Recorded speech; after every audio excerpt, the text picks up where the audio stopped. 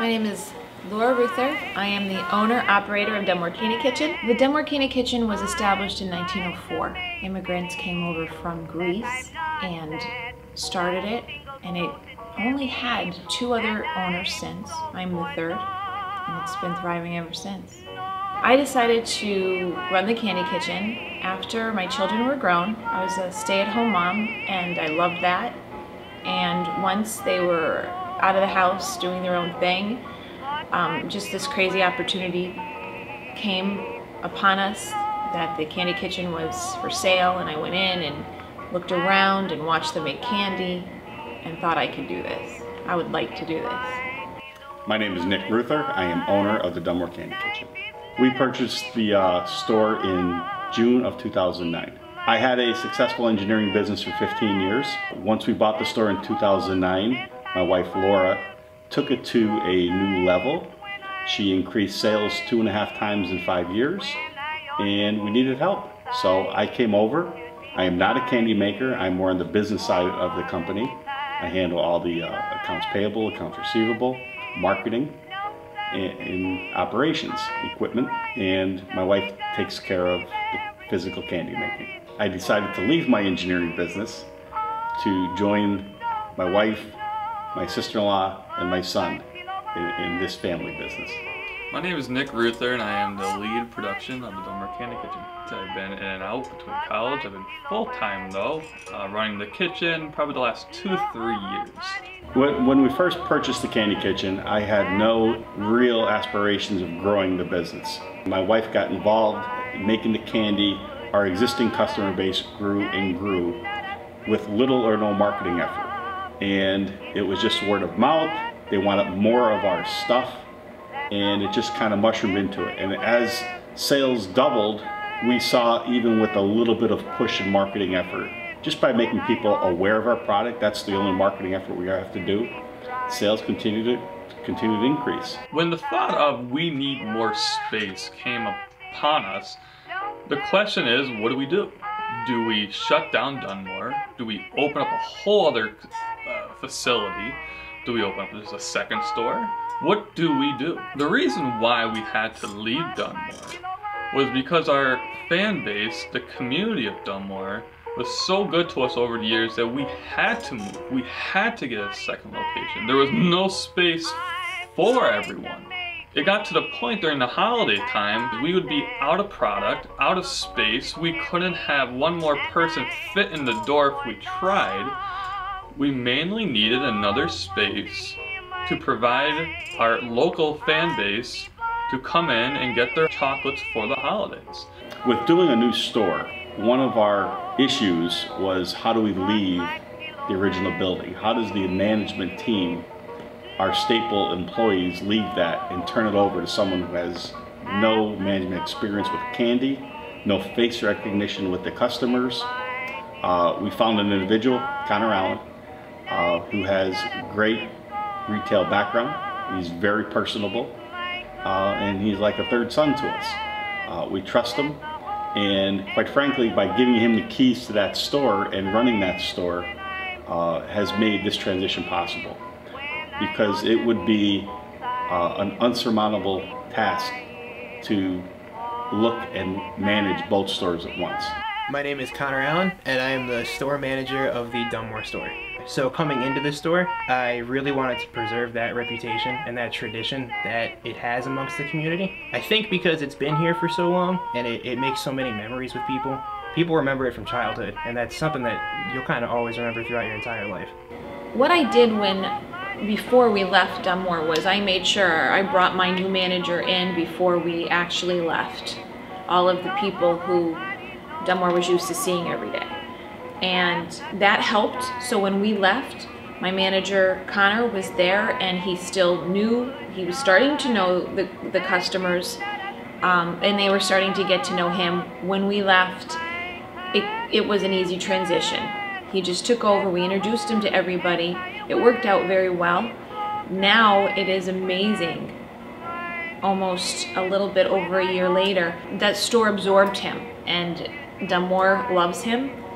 I go in there and Everyone knows him. He's introducing me now to people. He's on a first name basis with everybody, the merchants in the town, all of the customers.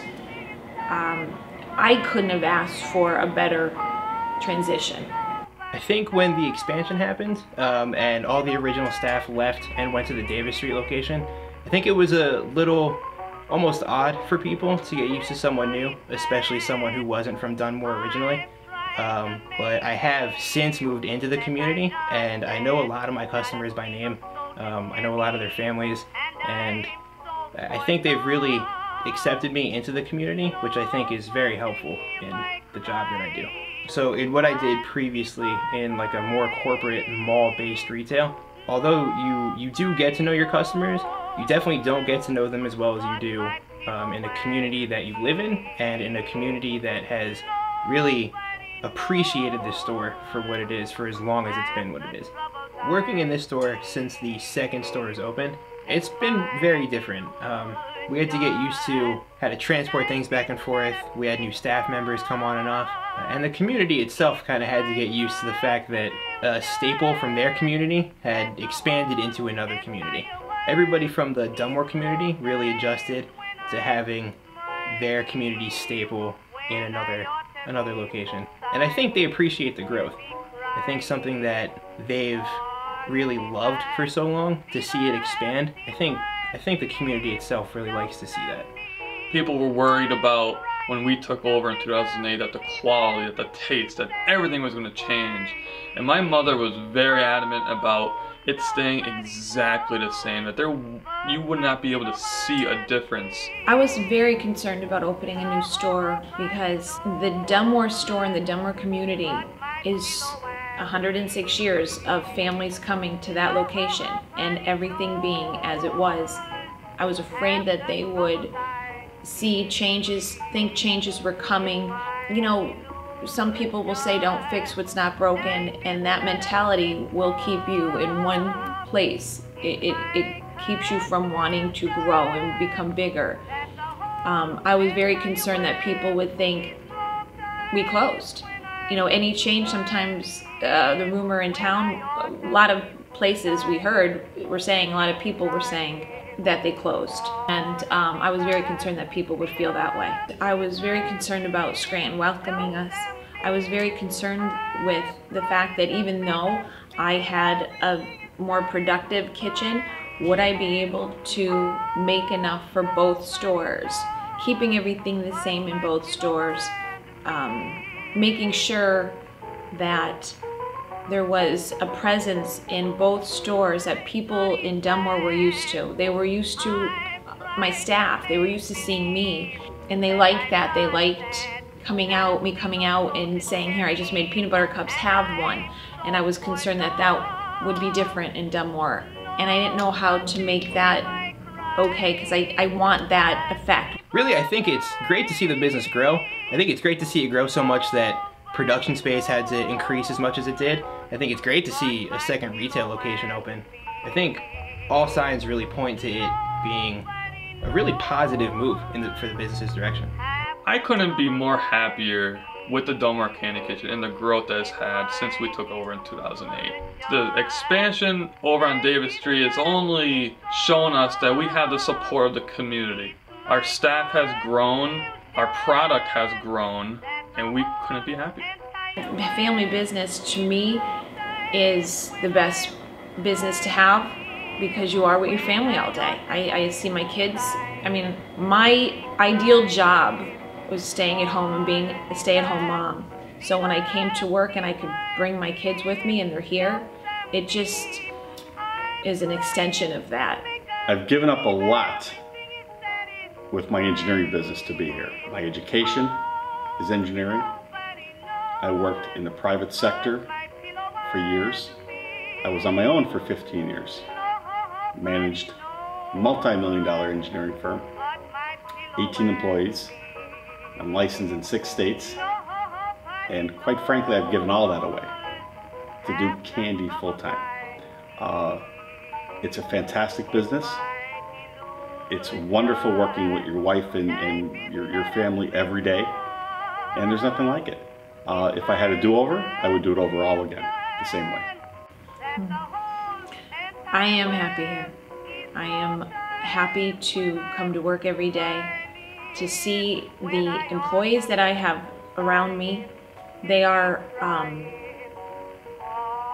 they support me unbelievable. We support each other.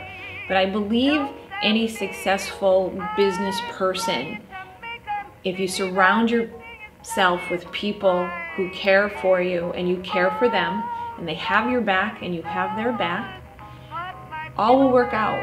All will work out. The family business works for me because it isn't a business where you're just going to work and you're putting in your 8 hours and you're going home. Everyone here, maybe I'm spoiled, cares for one another. If someone's having a bad day, we're there to pick up the slack and we're here to boost them up. And it's the same if you're having a great day and you're happy, you know, whatever the reason is, your kids are home from college or whatever it is, everyone's happy about that and they're happy for you.